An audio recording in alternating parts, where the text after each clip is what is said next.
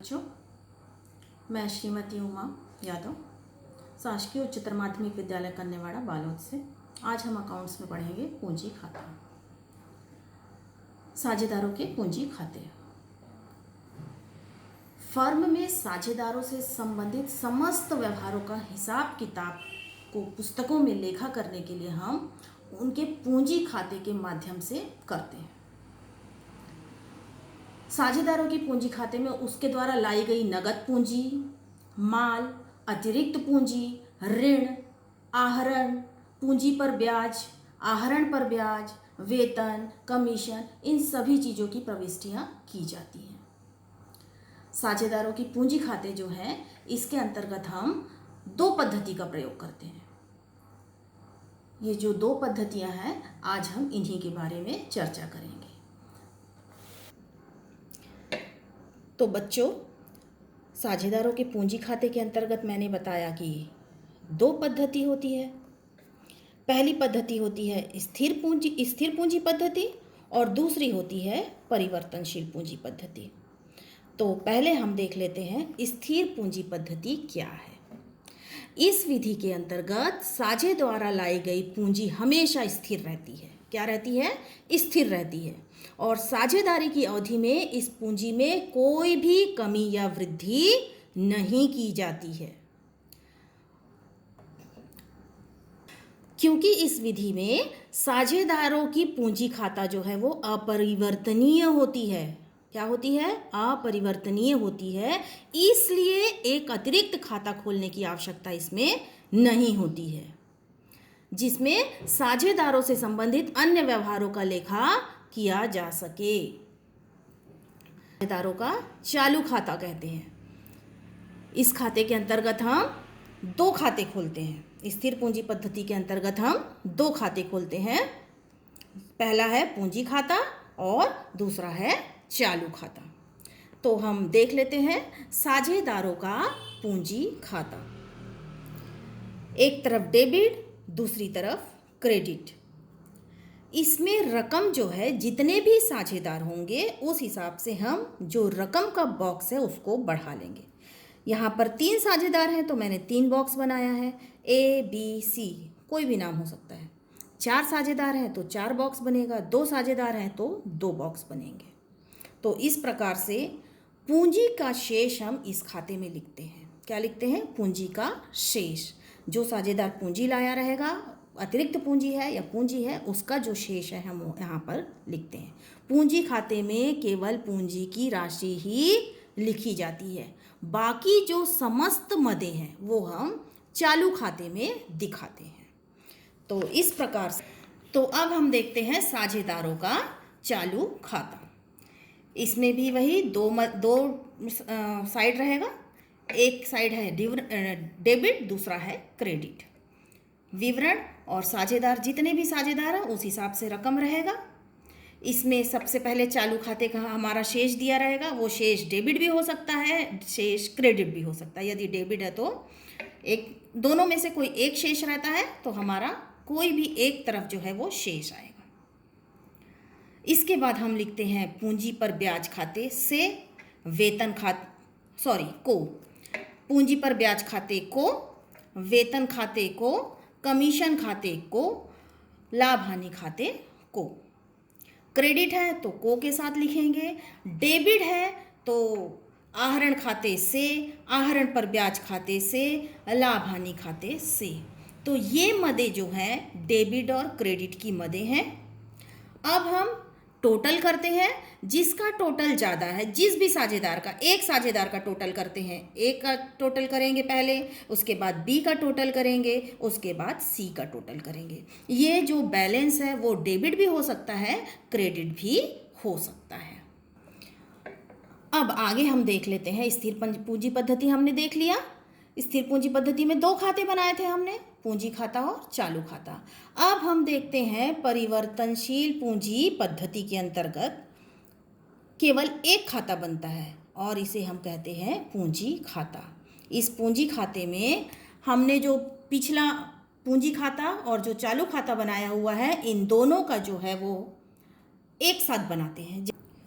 परिवर्तनशील पूंजी पद्धति के अंतर्गत साझेदारों के समस्त व्यवहारों का लेखा उनके पूंजी खाते में ही किया जाता है। समस्त व्यवहारों का लेखा है ना। इसमें साझेदारों के चालू खाते नहीं बनाए जाते हैं। जैसे हमने उसमें क्या बनाया था, पूंजी खाता बनाया था और दूसरा चालू खाता बनाया था, यहाँ पर नहीं बनाया जाता है।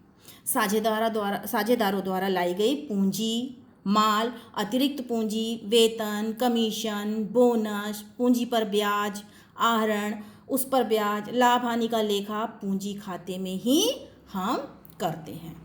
इस खाते का शेष प्रतिवर्ष बदलता रहता है। क्या होता रहता है? बदलता रहता है। क्या? बैलेंस। यदि कोई विशेष निर्देश ना हो, यदि प्रश्न में कोई स्पेशल ना कहा गया हो, तो हमेशा यह मानना चाहिए कि साझेदारों के खाते जो है वो परिवर्तनशील होते हैं और हमें इसी पद्धति का इस्तेमाल करना चाहिए। चलिए इसका परफॉर्मा देख लेते हैं। एक तरफ ये पूंजी खाता, एक तरफ डेबिट, दूसरी तरफ क्रेडिट। जितने भी साझेदार हैं उनका बॉक्स बन जाएगा। अब मैंने आपको पहले ही बताया है, इसमें केवल एक खाता बनेगा, तो पूंजी का जो बैलेंस है वो भी इसी पर आएगा। तो सबसे पहले शेष लाया गया, राशि लिख देते हैं। इसके अंतर्गत समस्त व्यय, पूंजी पर ब्याज खाते को, वेतन खाते को, कमीशन खाते को, लाभ हानि खाते को, ये सारा चीज़ हमारे क्रेडिट मद में आ जाएगा। इसी प्रकार से डेबिट की मदें क्या होती हैं? आहरण खाते से, आहरण पर ब्याज खाते से और लाभ हानि खाते से। तो इस प्रकार से ये डेबिट और क्रेडिट की मदें हो गई। इन खातों को भी हम कैसे कर देते हैं? बंद कर देते हैं। सबसे पहले बंद करेंगे तो पहले एक साझेदार को ले लेते हैं, चाहे वो कोई भी साझेदार हो। यदि ए को बंद कर रहे हैं तो पहले ए का टोटल बंद कर दीजिए और बैलेंस निकाल लीजिए। इसमें से इस प्रकार से ए, बी, सी, ये तीनों का बैलेंस हम निकाल लेते हैं और पूंजी खाता यहाँ पर फिनिश होता है। तो परिवर्तनशील पूंजी खाते में केवल एक खाता बनता है, इसमें अलग से चालू खाता नहीं खोलते। तो बच्चों, इस प्रकार से हमारा पूंजी खाते में दोनों पद्धति को मैंने बता दिया। अब हम आज इसमें अंतर को समझ लेते हैं, तो हम बहुत अच्छे से समझ जाएंगे कि स्थायी पद्धति क्या होती है और परिवर्तनशील पद्धति क्या होती है। तो स्थायी एवं परिवर्तनशील पूंजी खाते में अंतर। स्थायी पूंजी पद्धति जो होती है, स्थायी पूंजी खाता का जो बैलेंस होता है, शेष, वो हमेशा क्रेडिट होता है। क्या होता है? क्रेडिट, समाकलन होता है। इसी प्रकार से परिवर्तनशील पूंजी खाते का जो बैलेंस होता है वो डेबिट भी हो सकता है, क्रेडिट भी हो सकता है। ठीक है, आगे देखते हैं मदें। स्थायी पूंजी खाते में केवल पूंजी का ही लेखा होता है। स्थायी पूंजी खाते के अंतर्गत हमने दो खाता बनाया, एक पूंजी खाता और चालू खाता। तो पूंजी खाते में हम केवल क्या लिखते हैं? पूंजी खाते का ही लेखा करते हैं। किंतु परिवर्तनशील पूंजी खाते में पूंजी का तो लेखा करते ही हैं, साथ में वेतन, कमीशन, पूंजी पर ब्याज, लाभ, आहरण आदि का भी लेखा किया जाता है। स्थिरता। स्थायी पूंजी खाते में पूंजी हमेशा स्थिर रहती है, कभी भी परिवर्तन नहीं होता। क्या होता है? ये अपरिवर्तनीय होता है, हमेशा स्थायी होता है, स्थिर होता है।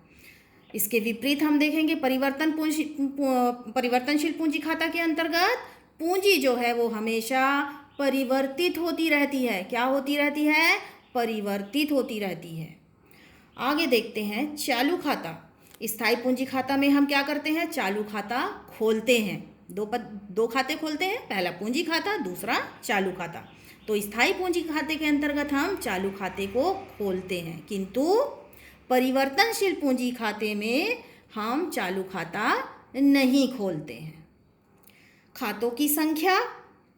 स्थायी पूंजी पद्धति के अंतर्गत हम पूंजी खाता एवं चालू खाता बनाते हैं, यानी कि दो खाते बनाते हैं।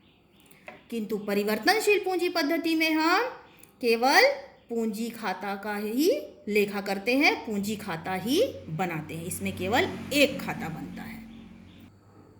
तो बच्चों, आज हमने जाना साझेदारों के पूंजी खाते के अंतर्गत दो पद्धति के अंतर्गत, पहला स्थायी पूंजी पद्धति और परिवर्तनशील पूंजी पद्धति।